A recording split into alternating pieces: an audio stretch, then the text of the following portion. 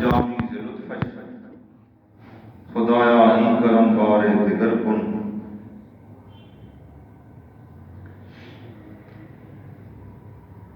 بخدا خدا کا یہی ہے در، نہیں اور کوئی مفر مگر، جو وہاں سے ہو یہیں آ کے ہو، جو یہاں نہیں تو وہاں نہیں۔ وہ خدا نہیں بخدا نہیں، وہ مگر خدا سے جدا نہیں، وہ ہے کیا مگر وہ ہے کیا نہیں، یہ محب حبیب کی بات ہے۔ لا و رب العرش جس کو جو ملا ان سے ملا، بٹتی ہے کونین میں نعمت رسول اللہ کی۔ انہیں جانا انہیں مانا نہ رکھا غیر سے کام، للہ الحمد میں دنیا سے مسلمان گیا۔ آج لے ان کی پناہ آج مدد مانگ ان سے، کل نہ مانیں گے قیامت میں اگر مان گیا۔ لحد میں عشق رخ شاہ کا داغ لے کے چلے، اندھیری رات سنی تھی چراغ لے کے چلے۔ کروں مدح اہل دول رضا، پڑے اس بلا میں میری بلا، میں گدا ہوں اپنے کریم کا، میرا دین پارہ نا نہیں۔ فیض ہے یہ رضا احمد پاک کا، ورنہ ہم کیا سمجھتے خدا کون ہے۔ بندہ پروردگارم امت احمد نبی، دوست دار جار یارم، تاب اولاد علی مذہب حنفی دارم۔ ملت حضرت خلیل خاک پائے غوث اعظم، زیر سایہ ہر ولی۔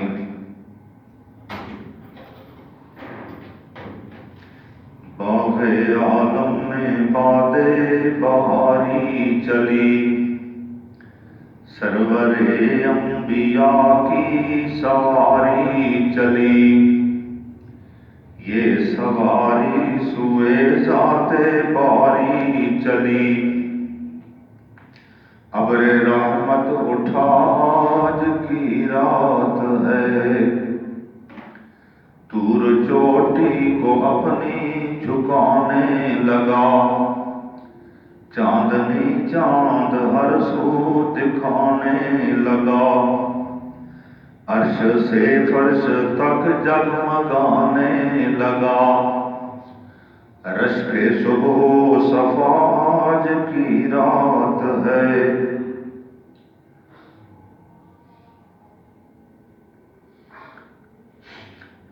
رشک صبح صفا آج کی رات ہے، برق سے تیز تر ہے براق آپ کا، کیونکہ خالق کو ہے اشتیاق آپ کا۔ اب نہیں دیکھا جاتا فراق آپ کا، جلد چلنا روا آج کی رات ہے، جلد چلنا روا آج کی رات ہے، جذب حسن طلب آج کی رات ہے، دائیں بائیں فرشتوں کی بارات ہے، سر پہ نورانی سہرے کی کیا بات ہے، شاہ دولہ بنا آج کی رات ہے، شاہ دولہ بنا آج کی رات ہے، شاہ دولہ بنا آج کی رات ہے۔ عطر رحمت فرشتے چھڑکتے چلے، جس کی خوشبو سے رستے مہکتے چلے، چاند تارے جلو میں چمکتے چلے، رشک صبح صفا آج کی رات ہے۔ رشک صبح صفا آج کی رات ہے، رشک صبح صفا آج کی رات ہے۔ اللہ تبارک و تعالیٰ کی حمد و ثنا اور آقا نامدار مدنی تاجدار علیہ السلام پر درود و سلام پیش کرنے کے بعد قابل صد تکریم معزز حاضرین و سامعین،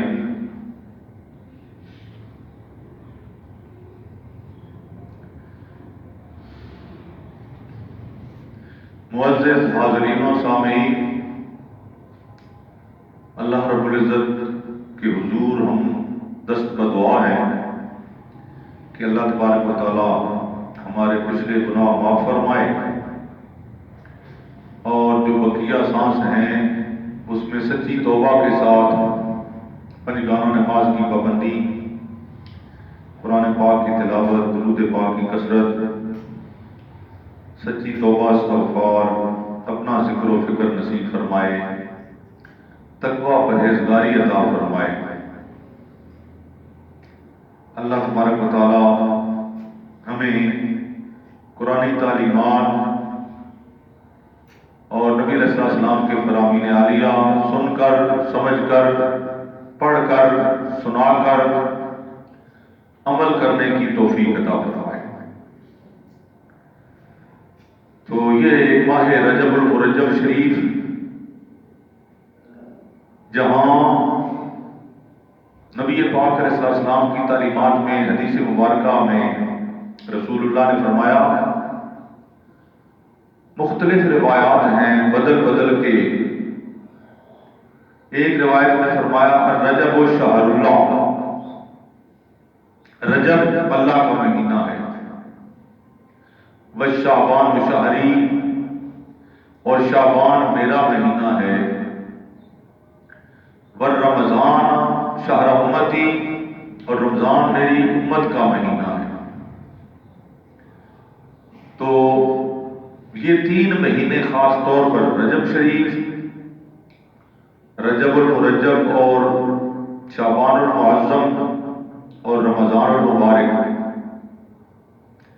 یہ تینوں سارے دن ہی اللہ تبارک و تعالیٰ کے ہیں، اور سارے دنوں اور راتوں میں انسان کو اپنی زندگی کو کام میں لاتے ہوئے ایک ایک سانس کو ضائع کیے بغیر اللہ کی یاد کرے، اللہ کا ذکر کرے، وہ اپنی جگہ بات ہے، مگر یہ خاص طور پر جو تین مہینے ہیں، بزرگان دین، اکابرین، سلف صالحین، فقہاء، محدثین، مفسرین، ائمہ مجتہدین اور اولیاء کاملین، انہوں نے خاص طور پر، اور نبی علیہ السلام کی ذات گرامی نے بھی ان تینوں مہینوں میں زیادہ سے زیادہ اللہ کی یاد اور اللہ کے ذکر اور ذکر و فکر کا اہتمام کیا، راتوں کو جاگنا، دن کو اللہ کا ذکر، روزے رکھنا۔ یہ خاص طور پر تین مہینوں میں ان کو اللہ تبارک و تعالیٰ نے اپنی بارگاہ میں خاص درجہ اور مقام دیا ہے۔ اللہ تبارک و تعالیٰ ہمیں سمجھنے اور عمل کرنے کی توفیق دے، اور مختلف توضیحات اور تشریحات میں فرماتے ہیں کہ رجب شریف انسان کے لیے ایسے ہے جیسے بیج ڈالا جاتا ہے زمین میں، نیکی کرنے کے لحاظ سے بیج زمین میں ڈالا جاتا ہے تاکہ فصل اگے اور پروان چڑھے۔ تو شعبان فرمایا وہ فصل کے پروان چڑھانے اور چڑھنے کا مہینہ ہے، اور رمضان شریف اس فصل کو حاصل کرنے کا ذریعہ ہے۔ کیا مطلب؟ کہ رجب شریف میں نیکی کرنا شروع کرو، کرتے رہو، توبہ کرتے رہو، اور پھر شعبان المعظم میں اس انداز میں اس کو بڑھاؤ کہ تمہاری نیکی اللہ کے حضور قرب پائے، مقبول مقبولیت حاصل کرے، پروان چڑھے، اور پھر رمضان شریف جب آئے تو اللہ تبارک و تعالیٰ تمہیں اس رمضان پاک میں انعامات سے نوازے، بخشش سے نوازے، اس کا نتیجہ تمہیں عطا فرمائے اپنے فضل اور کرم سے۔ رب ذوالجلال ہمیں سمجھنے کی توفیق دے۔ تو جہاں میرے اور آپ کے آقا آخر الزمان نبی، خاتم النبیین، فخر الاولین والآخرین، سید الاولین والآخرین، نبی کریم علیہ السلام کی ذات گرامی، جہاں نبی علیہ السلام کی حیات مبارکہ کا ایک سانس معجزہ اور سر مبارک سے لے کر پاؤں مبارک کے ناخن تک آپ کے سارے جسم مبارک کو رب ذوالجلال نے معجزہ بنایا، ظاہر باطن معجزہ۔ وہاں یہ خاص جو رجب کی 27ویں رات مشہور ہے، اس میں ایک اہم ترین معجزہ اللہ نے نبی پاک کو عطا فرمایا۔ وہ کیا ہے؟ اس کو معراج کہتے ہیں۔ رب ذوالجلال نے احادیث سے مبارکہ کے مطابق کسی میں 33 مرتبہ، کسی میں 34 مرتبہ اللہ تبارک و تعالیٰ نے آقا نامدار علیہ السلام کو خواب میں معراج عطا فرمائی۔ اور یہ جو رجب شریف کی 27 رات مشہور ہے، اس میں بیداری کے عالم میں جاگتے ہوئے نبی پاک علیہ السلام کی ذات گرامی کو مسجد اقصیٰ سے مسجد حرام تک اور مسجد حرام سے 7 آسمانوں سے گزار کر پہلا، دوسرا، تیسرا، 7ویں تک، پھر انبیاء علیہ السلام سے ملاقاتیں، پھر وہاں سے عرش اعظم اور سدرۃ المنتہا اور کعبہ قوسین و ادنیٰ تک پہنچا کر اپنی بارگاہ میں اتنا قرب دیا کہ بے حجاب دیدار عطا فرمایا اور انعامات سے نوازا۔ اور خود نبی کریم علیہ السلام کی زبان پاک سے مشہور حدیث پاک ہے، 3 صحابہ اس حدیث کو بیک وقت روایت کرتے ہیں۔ اللہ تبارک و تعالیٰ ہمیں سمجھ دے اور عمل دے۔ فرمایا رسول اللہ نے، جب میں اللہ کے دربار میں پہنچا، میرے رب نے مجھے اپنا قرب عطا فرمایا۔ بڑا لمبا تفصیلی واقعہ ہے جس کے لیے بہت زیادہ وقت چاہیے۔ میں حدیث پاک جو عرض کر رہا ہوں کہ میں نے اپنے رب کو خوبصورت دیکھا، خوبصورت حالت میں دیکھا۔ نبی پاک فرماتے ہیں، رأیت ربی فی احسن صورت، میں نے اپنے رب کو بہت خوبصورت کیفیت میں زیارت کی، دیکھا۔ فوضع یدہ بین ثدیہ، اور میرے اللہ تبارک و تعالیٰ نے میرے دونوں کندھوں کے درمیان اپنا دست قدرت رکھا۔ فوضع یدہ بین ثدیہ فوجدت بردہا، میں نے اس کی ٹھنڈک محسوس کی۔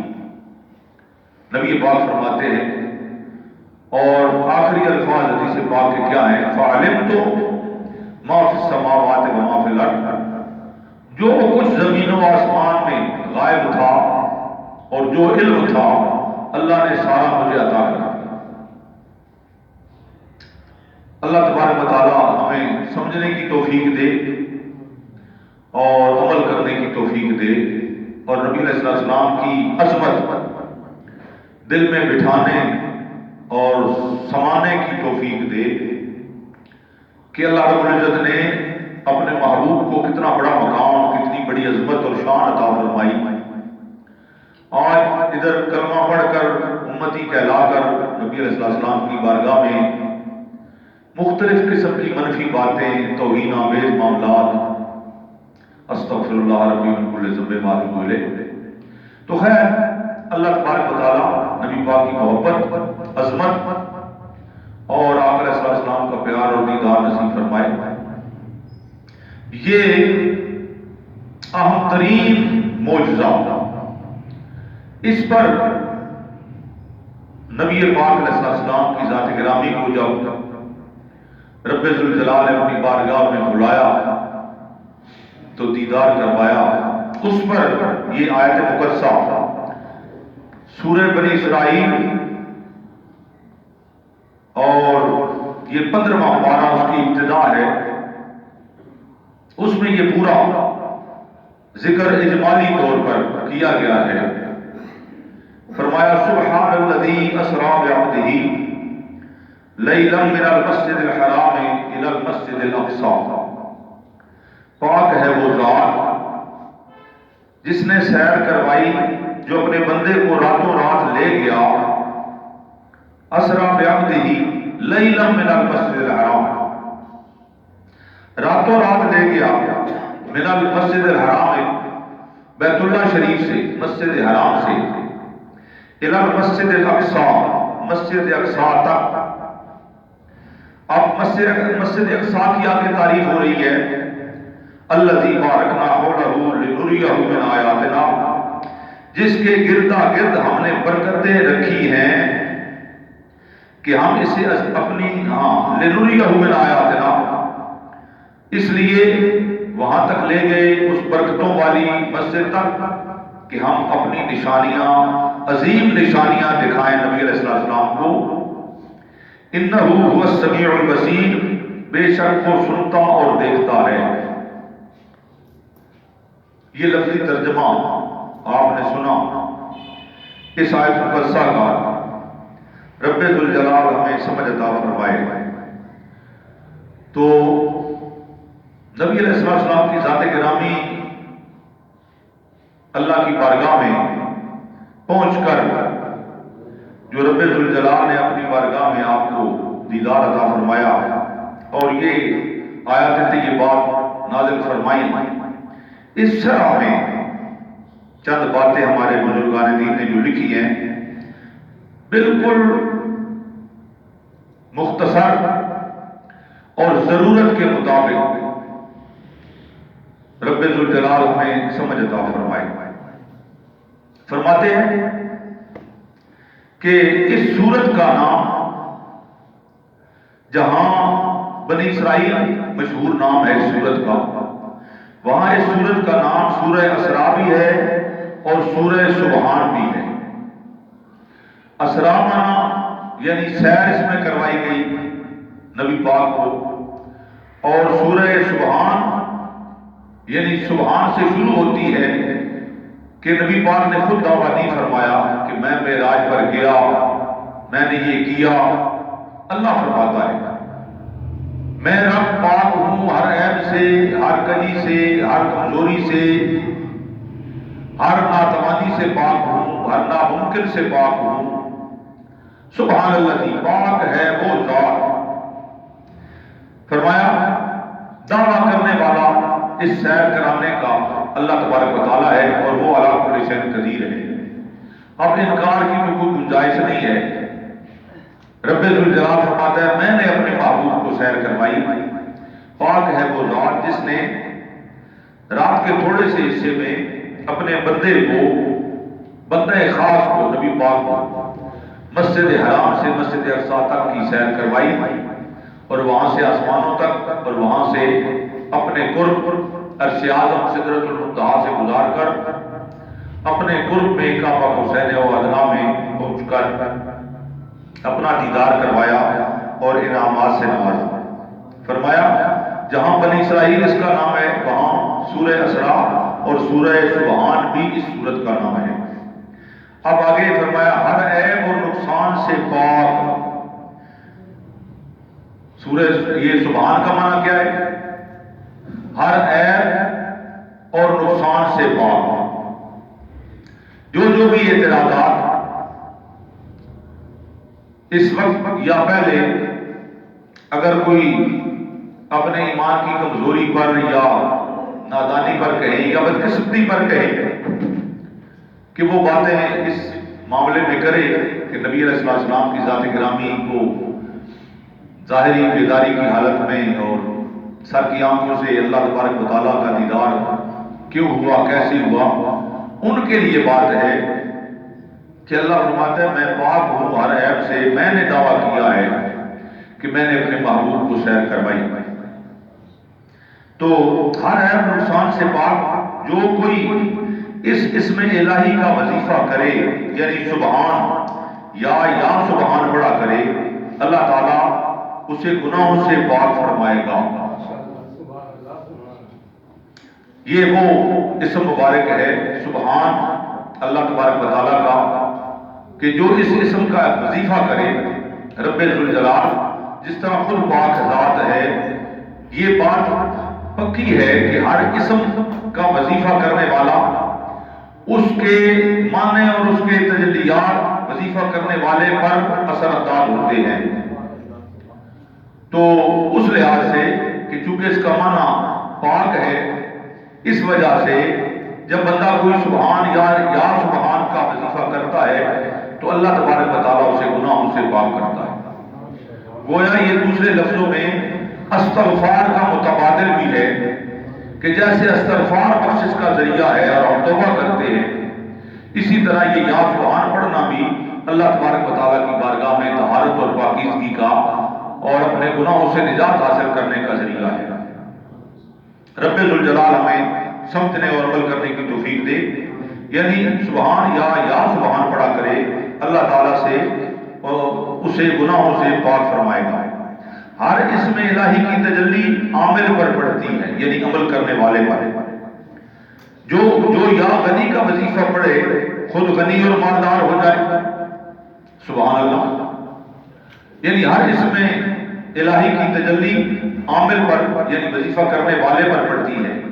تو اگر کوئی یا غنی کا وظیفہ کرتا ہے تو کیا ہے کہ اللہ تبارک و تعالیٰ غنی ہے، بہت بڑا خزانوں کا مالک ہے اور ہر چیز کا مالک اور خالق ہے، حافظ اور رازق ہے، تو بندہ جو وظیفہ کرے گا فرمایا اس پر اس کی تجلی اور اثرات آئیں گے، تو کس صورت میں اللہ تبارک و تعالیٰ اسے غنی کر دے گا، اسے مالدار بنائے گا۔ اور غنی کیسا کرے گا؟ ایسا غنی نہیں، یہ وظیفے کے ذریعے، چونکہ اللہ کے اسم مبارک ہے کہ وہ بخیل ہو نہیں۔ نبی پاک فرمایا غنی غنا نفس، غنی وہ ہے جو دل کا غنی۔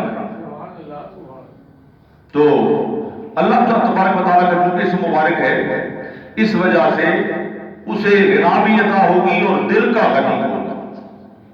رب ذوالجلال ہمیں سمجھ عطا فرمائے۔ تو فرمایا وہ دل کا غنی ہو جاتا ہے، خود مالدار ہو جاتا ہے۔ اس آیت میں سبحان اللہ جو میں نے آپ کے سامنے پڑھی ہے 15ویں پارے کی پہلی آیت، فرمایا اس آیت میں حضور علیہ السلام کے جسمانی معراج کا ذکر ہے۔ توجہ فرمائیں، جو نبوت کے 11ویں سال تقریباً 621 عیسوی میں 27ویں رجب پیر کی آخری رات بیداری کی حالت میں ہوئی۔ سبحان اللہ، اللہ رب العزت ہمیں سمجھنے اور نبی پاک کے دربار کی حاضری، ادب اور محبت نصیب فرمائے۔ تو فرمایا 27ویں رجب پیر کی آخری رات بیداری کی حالت میں خواب ہوئی۔ خواب کی معراجیں اس سے پہلے اور بعد بہت سی ہوئی ہیں۔ خواب کی معراجیں پہلے بھی ہوئی، بعد میں بھی ہوئی، مگر یہ معراج بیداری کی حالت میں جاگتے ہوئے سر کی آنکھوں سے نبی کریم علیہ السلام نے اپنے مالک و مولا رب ذوالجلال کا دیدار کیا، اور اللہ تبارک و تعالیٰ نے خود یہ دعویٰ فرمایا کہ میں اپنے محبوب کو لے گیا، اتنا سفر کروایا اور اپنی بارگاہ میں پہنچا کر قرب میں دیدار کروایا اور انعامات سے نوازا، ہم کلامی سے نوازا۔ تو اللہ تبارک و تعالیٰ ہمیں سمجھتے اور عمل عطا فرمائے۔ فرمایا خواب کی معراجیں اس سے پہلے اور بعد میں بہت سی ہوئی۔ اس جسمانی معراج میں نماز پنجگانہ فرض ہوئی، کیونکہ عبد جسم اور روح دونوں کو کہتے ہیں۔ سبحان اللہ، اب نماز جو میں اور آپ پڑھتے ہیں اور رسول اللہ بھی جاتے ہوئے مسجد اقصیٰ میں انبیاء علیہ السلام کی امامت فرمائی، 2 رکعت پڑھائی نماز، سارے نبیوں نے پیچھے اقتدا کی، رسول اللہ علیہ السلام نے امامت فرمائی، سیدنا جبریل علیہ السلام نے اذان پڑھی، پہلی رکعت میں سورہ کافرون، دوسرے میں سورہ اخلاص، قل اللہ احد، یہ تلاوت کی گئی۔ تو نماز کس کو کہتے ہیں؟ خواب میں نماز کوئی کہے میں نے پڑھی ہے تو یہ نہیں کہ اس سے فرض اتر گیا ہے، اس نے نماز پڑھ لی ہے۔ خواب میں نماز نہیں پڑھی جاتی، نماز باقاعدہ باوضو ہو کر، پاک جسم، پاک کپڑے، پاک جگہ اور وقت ہونا نماز کا، اور پھر سارے ظاہری اعضاء کے ذریعے اور روحانی طور پر اللہ کی طرف متوجہ ہو کر یہ سارے ارکان ادا کیے جاتے ہیں، جس میں قیام، جس میں تلاوت، جس میں سجدہ، قوما، جلسہ، رکوع اور قعدہ، یہ سارے معاملات انسان کو جسم کے ذریعے ادا کرنے پڑتے ہیں، تو اس کا نام نماز ہے۔ فرمایا حضور علیہ السلام کو جسمانی معراج کا ذکر نبوت کے اس رات اپنا آیت مقدسہ میں کیا گیا، تو پنجگانہ نماز فرض ہوئی، کیونکہ اب جسم اور روح دونوں کو کہتے ہیں۔ نیز فقط خواب کی معراج پر کفار اتنا شور نہ مچاتے، کیا بات ہے، غور کی بات ہے، ہر بندہ سمجھ سکتا ہے یہ بات، جان بوجھ کر نہیں سمجھتے تو ان کی اپنی مرضی کی بات ہے، بدقسمتی ہے کہ اگر خواب کی معراج یہ ہوتی جس کا ذکر قرآن پاک کے 15ویں پارے میں کیا گیا ہے، تو خواب کی معراج تو پہلے بھی ہوئی، بعد میں بھی ہوئی، کسی نے کوئی اعتراض نہیں کیا، کوئی شور نہیں بچا، کسی کو کوئی تکلیف نہیں ہوئی۔ خواب تو مجھے اور آپ کو بھی آتے رہتے ہیں، ہم سوتے سوتے مشرق مغرب چلے جاتے ہیں، تو اب اس میں تو کوئی اختلاف بھی نہیں ہے، مگر شور کس وجہ سے مچایا کافروں نے؟ جب آقا نامدار علیہ السلام نے واپسی پر مکہ شریف میں آ کر یہ اعلان فرمایا کہ اللہ تبارک و تعالیٰ نے مجھے جاگتے ہوئے بیداری کے عالم میں رات کے تھوڑے سے حصے میں مسجد حرام سے مسجد اقصی اور وہاں سے 7 آسمان اور وہاں سے کعبہ قوسین و ادنیٰ اپنا قرب عطا فرمایا اور اپنا دیدار دے کر مجھے مختلف انعامات سے نوازا۔ سبحان اللہ۔ اس پر کفار نے شور مچایا کہ یہ کہتے ہیں بیداری کے عالم میں، پھر مسجد اقصی دیکھی بھی نہیں۔ کتنے کفار سرداران قریش تھے، کفار تھے، جنہوں نے مسجد اقصی تجارت کی غرض سے جاتے یا جیسے بھی جاتے دیکھی تھی، اور انہیں یہ بھی پتا تھا کہ نبی علیہ السلام نہیں تشریف لے گئے وہاں اور نہیں دیکھی، تو بہر صورت مقصد بات کرنے کا انہوں نے اس پر شور مچایا کہ کیسے بیداری کے عالم میں اتنا سفر اور اتنے تھوڑے وقت میں کہ نبی پاک واپس تشریف لائے، وضو کا پانی جاری ہے، کنڈی ہل رہی ہے، بستر گرم ہے۔ رب ذوالجلال ہمیں سمجھنے کی توفیق دے، وہ رب علی کل شیء قدیر ہے اور وہی دعویٰ کر رہا ہے کہ میں نے اپنے محبوب کو سیر کروایا، علی کل شیء قدیر ہے، تیری سوچ فکر سے، تیری عقل سے ماورا ہے، تیرے فہم و ادراک سے ماورا ہے۔ اس وجہ سے، اور ساتھ معجزہ کس کو کہتے ہیں؟ معجزہ اللہ کے ولی کی کرامت، وہ بھی نبی پاک صلی اللہ علیہ وسلم کے در کا فیض ہے، ولایت بھی نبوت کا فیض ہے۔ ولی سے ظاہر ہو ایسی بات اور ایسا کام کہ جو عقل نہ مانے، عقل میں نہ آئے، عقل تسلیم نہ کرے، ولی سے ظاہر ہو تو اس کو کرامت کہتے ہیں، اور جب نبی سے ایسا کام ظاہر ہو تو اس کو معجزہ کہتے ہیں۔ رب ذوالجلال ہمیں سمجھ عطا فرمائے۔ تو کافروں نے خواب کی بات ہوتی تو کیوں شور کرتے، کیوں اعتراض کرتے؟ نبی پاک نے جب یہ فرمایا کہ میں جاگتے ہوئے بیداری کے عالم میں یہ سارا سفر کر کے اللہ کا دیدار اور انعامات لے کے آیا، تو اس پر انہوں نے شور مچایا۔ آج بھی اگر اللہ نہ کرے استغفر اللہ کوئی اس بات پر اعتراض کرتا ہے تو پھر وہ کافروں کی سی ہی بات کرتا ہے، وہ نہیں جیسی سوچ رکھتا ہے، انہوں نے یہ کام کیا تھا۔ سمجھنے کی بات ہے، اللہ تبارک و تعالی ہمیں پاکیزگی عطا فرمائے اور طہارت عطا فرمائے۔ تو فرمایا نیز فقط خواب کی معراج پر کفار اتنا شور نہ مچاتے، نیز خواب کی معراج کو سبحان اللہ سے شروع نہ فرمایا جاتا، خواب کی معراج کو سبحان اللہ سے شروع نہ فرمایا جاتا۔ یہ کلمہ بہت عجیب اور عظیم الشان چیز پر بولا جاتا ہے۔ خیال رہے کہ حضور علیہ السلام دنیا میں شان رسالت سے تشریف لائے اور رب کی بارگاہ میں شان ابدیت سے حاضر ہوئے، اس لیے یہاں عبدہ فرمایا، اور سورہ فتح میں ارشاد ہوا ارسل رسولہ، یعنی وہاں رسالت کا ذکر کیا اور یہاں پہ عبدہ کا ذکر فرمایا۔ تو اس وجہ سے عبد جسم اور روح کو دونوں کو بولا جاتا ہے عربی میں۔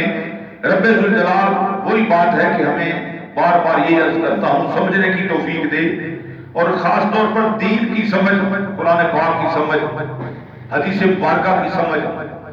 جہاں ہم دنیا کی سمجھ رکھتے ہیں وہاں اس کا سمجھنا بہت ضروری ہے، اپنے عقیدے کی پختگی، اعمال کی طہارت کے لیے، اور سچا مسلمان اور سچا انسان اور ایک اچھا۔